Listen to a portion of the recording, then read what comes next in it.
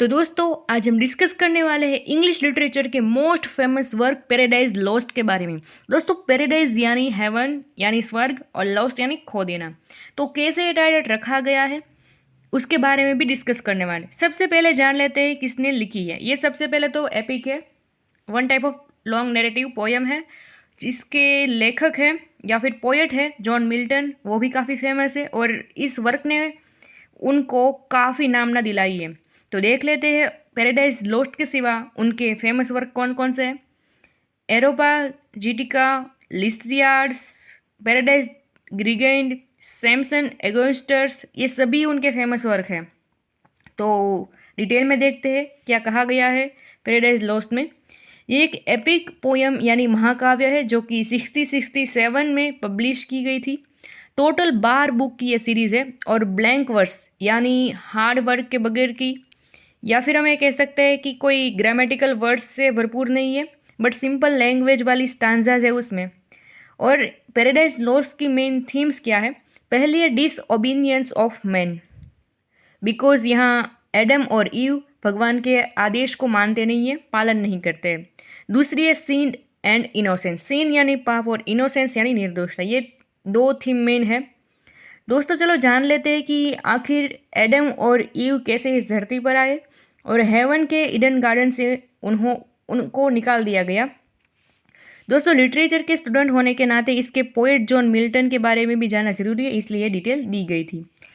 तो चलो जानते हैं पैराडाइज लॉस्ट के बारे में। दोस्तों पैराडाइज लॉस्ट समझना इतना मुश्किल भी नहीं है। देखिए इजी लैंग्वेज में समझाती हूँ। हमारे यहाँ महाकाव्य के तौर पर रामायण में जैसे वाल्मीकि भगवान को प्रे करते हैं, वैसे ही हेवनली म्यूज़ नाम की एक गॉडेस है, उसको मिल्टन प्रार्थना करते हैं शुरुआत के तौर पर कि ये मेरी वर्क है जो मैं लिख रहा हूँ वो काफ़ी सक्सेसफुल रहे, लोगों को आखिर पता चले कि हिस्ट्री में क्या हुआ था या फिर भगवान क्या होते हैं, भगवान की पावर क्या होती है। दोस्तों शुरुआत कुछ यूँ होती है कि सैतन नाम का विलन अपने जैसे लोगों को लेकर गॉड के आदेश का पालन नहीं करता है, कह देता है कि हमें भगवान का मानना ही क्यों, हम जैसे जीना चाहते हैं वैसे जिएंगे, और विरोध करता है। इसलिए गॉड उन्हें हेल यानी नर्क में भेज देते हैं। तो ये सभी बुरे लोग नर्क में पेंडेमोनियम नाम की एक बिल्डिंग बनाकर रहते हैं और वहाँ बैठ के सोचते हैं कि अब दूसरी बार भगवान से हम फाइट तो नहीं कर सकते, बट हमें रिवेंज तो लेना है, तो ऐसा क्या करें जिससे भगवान हमारे सामने हार जाए। फिर सैतन है वो निराश होकर कहता है कि दोस्तों मुझे माफ़ कर देना, बिकॉज़ मैंने ही आप सब लोगों को उकसाया था कि हमें जैसे जीना है वैसे हमें जीने का हक है, और उस वजह से आप सबको मेरे साथ पनिशमेंट मिली है। अब इसी दौरान सैटन का एक वफादार बेल्जेबब बोलता है कि माना कि हम गॉड को हरा नहीं सकते, लेकिन गॉड ने अर्थ नाम की एक अच्छी क्रिएशन बनाई है, मैंने सुना है, और अर्थ में रहने के लिए एडम नाम का मैन और ईव नाम की वुमेन बनाई है। हम उसे तो मार सकते हैं ना, फिर गॉड से दूर कर देंगे या फिर उन दोनों को मार देंगे, तो एक तरफ से हमारी जीत ही हुई ना। उन्हें मारे या फिर दूर करे, हमारी जीत ही है वो। आप सब लोग बैठिए। फिर सैटन उसके दो बच्चे सीन और डेथ, सीन यानी पाप और डेथ यानी मृत्यु, ये दोनों बच्चों को बुलाता है और कहता है कि एक ब्रिज बनाओ जो कि नर्क से सीधा पृथ्वी की ओर जाता हो। अब गॉड को पता लग जाता है कि अर्थ में बुराइयां फैलाने के लिए सैटन और बेल्जेबब ऐसी प्लानिंग कर रहे हैं।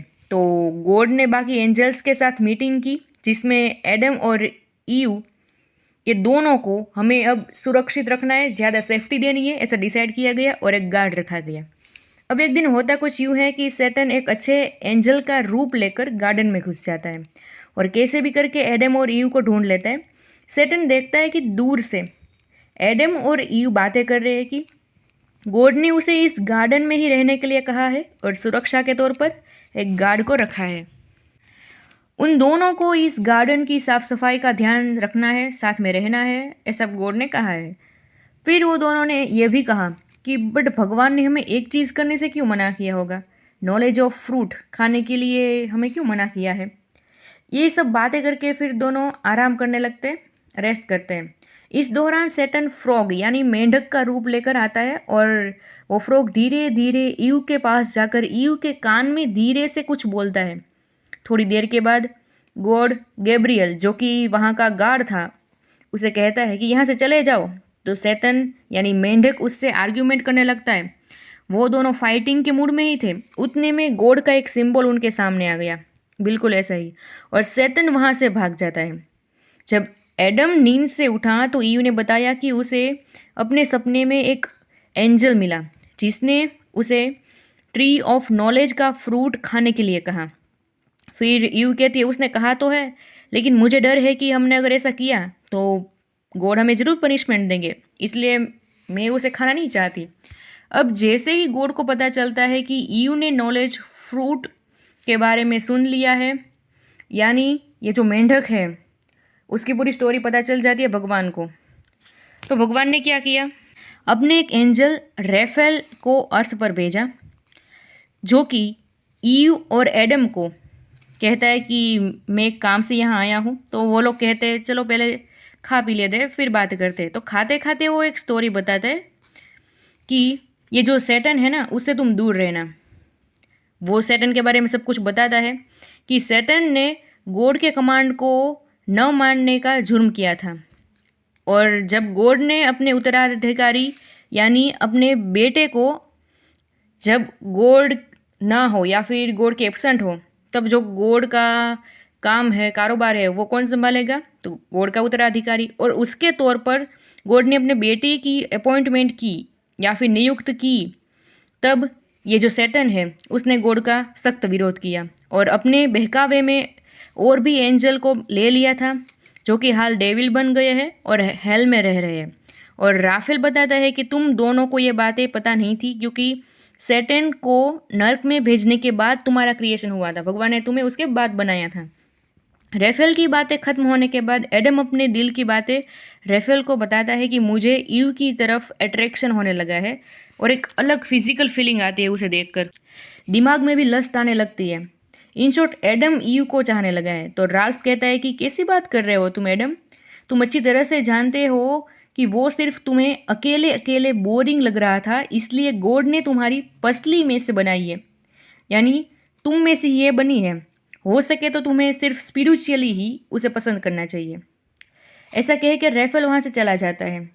इन शॉर्ट दुनिया की सबसे पहली कोई औरत हो तो वो है ईव, और सबसे पहला पुरुष हो, मैन हो, तो वो है एडम। अब ये सब कुछ होने के बाद रेफेल तो चला गया। फिर 7 दिन बीत गए। अब 7 दिन के बाद ईव अचानक कहती है एडम से कि हम अलग अलग काम करते हैं। तो पहले तो एडम नहीं माना, फिर मान गया। ना चाहते हुए भी एडम अलग से काम करने लगा। ईव को काम करते करते एक सांप के रूप में सैटन मिलता है। अब उसे तो पता नहीं है ये कि सैटन है, बिकॉज वो सांप का रूप, स्नेक का रूप लेकर आया है। वो सांप ईव के सामने ईव की ब्यूटी की प्रेज करने लगता है, कहता है तुम्हारे जैसी ब्यूटी किसी की भी नहीं है।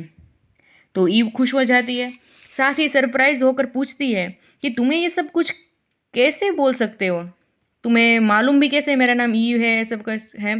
तो सांप बताता है कि मैंने फ्रूट ऑफ नॉलेज खाया है, जो कि नॉलेज का जो ट्री है उस पर लटका हुआ था, इसलिए मेरे अंदर ऐसी अच्छी अच्छी स्किल आ गई है कि मैं बोल सकता हूँ, सब कुछ जान सकता हूँ कि कौन क्या है। और सांप कहता है ईव से कि तुम भी ये फ्रूट खा लो, हालांकि गॉड ने मना किया है, बट उसका रीज़न है, मैं बताता हूँ तुम्हें, कि गॉड नहीं चाहते कि तुम भी उनके जितनी नॉलेजेबल बन जाओ। तो जल्दी से वो भी स्नेक या सैटन की बातों में आकर फ्रूट ऑफ नॉलेज खा लेती है। फिर वो एडम को भी बताती है। तो एडम कहता है तुम्हें ये फ्रूट क्यों खा लिया, तुम्हें खाने की ज़रूरत नहीं थी, अब मैं भी ये फ्रूट खा लेता हूँ, बिकॉज मुझे पता है कि भगवान का आदेश न मानने की सज़ा हमें मिलेगी।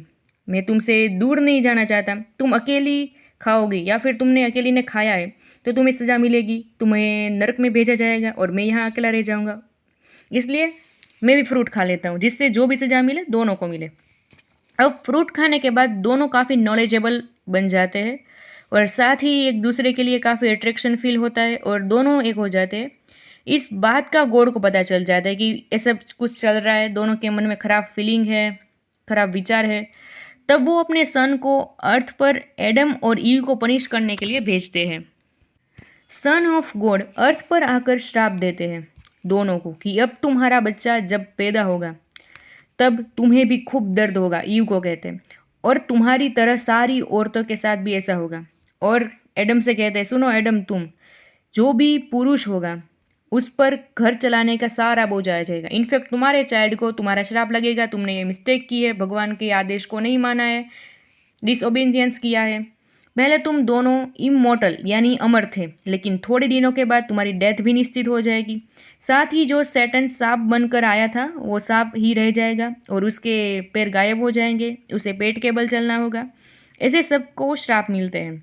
जब सैटन हेल में आता है और ये खबर सुनाता है अपने जो डेविल थे, कंपेनियंस थे, उसे कि ईव और एडम को श्राप मिला है, तो सब लोग खुश हो जाते हैं और सैटन के बच्चे सीन और डेथ उन्होंने बनाए हुए ब्रिज के ऊपर चलकर अर्थ पर बुराइयां फैलाना शुरू कर देते हैं। फिर गॉड ने दूसरे श्राप भी दिए कि जो भी सैटन के फॉलोअर्स थे वो सभी स्नेक यानी सांप बन जाएंगे और अर्थ पर अब 3 सीज़न आएगी, समर और विंटर, फिर रेन भी आएगा। बट समर में गर्मी से और विंटर में एकदम कोल्ड से ईव और एडम के बच्चों को सफ़र होना पड़ेगा, दर्द सहना होगा। अब ये सारे श्राप सुनकर एडम ब्लेम कर देता है ईव को और कहता है कि तुम्हारी वजह से ये सब कुछ हुआ है, मैं तो अकेला अच्छा था, तुमने आकर मेरी ज़िंदगी है पूरी की पूरी बिगाड़ दी है, मेरी ज़िंदगी से तुम दफ़ा हो जाओ, मुझे तुम्हारा मुंह तक नहीं देखना। तो ईव माफ़ी मांगती है कि एडम प्लीज़ मुझे माफ़ कर दो, मैं तुम्हें प्यार करती हूँ, इसलिए मेरे साथ रहो, हम दोनों मिलकर ज़रूर कुछ ना कुछ रास्ता निकालेंगे। फिर दोनों डिसाइड करते हैं कि एक काम करते हैं, भगवान की माफ़ी मांग लेते, शायद वो मान जाए, हमारा शराब दूर हो जाए। दोनों की प्रेयर सुनकर गॉड अपने एंजल माइकल को भेज देते हैं अर्थ पर। माइकल दोनों को यानी ईव और एडम को ईडन गार्डन में रह रहे था ना वो, तो ईडन गार्डन में से वो निकाल देते हैं। उससे पहले माइकल ईव को सुला देता है और एक ड्रीम दिखाता है जिसमें ईव देखती है कि उसके बच्चे हुए हैं और बच्चे के भी बच्चे हैं, ऐसी पूरी मानव जाति बड़ी सी फैल गई है, सभी जगह कितने सारे इंसान हैं और वो सभी उसके ही संतान हैं। फिर अचानक फ्लड आया और सब लोग डूब रहे हैं। उतने में एक इंसान जहाज लेकर आया और थोड़े थोड़े इंसान को बचा रहा है। फिर ये सब लोग जिंदा होते हैं, लेकिन प्रॉब्लम्स तो गई नहीं है, वो वहीं की वहीं है। और फिर सन ऑफ गॉड आते हैं जिसे हम क्राइस्ट, जीसस क्राइस्ट के नाम से जानते हैं, और सभी लोगों का पाप अपने पर ले लेते हैं और फिर से दुनिया खुशहाल हो जाती है। और अचानक ये उठ जाती है सपना देखकर और एडम को बताती है कि मैंने सपने में ये सब कुछ देखा है। तो एडम बताता है कि जो कुछ तुमने देखा है सपने में वो सच था, वो फ्यूचर में हमारे साथ होने वाला है। फिर दोनों हाथ में हाथ डालकर अर्थ की ओर खुशी से निकल पड़ते हैं। ये पैराडाइज लॉस्ट खत्म होता है। Thank you.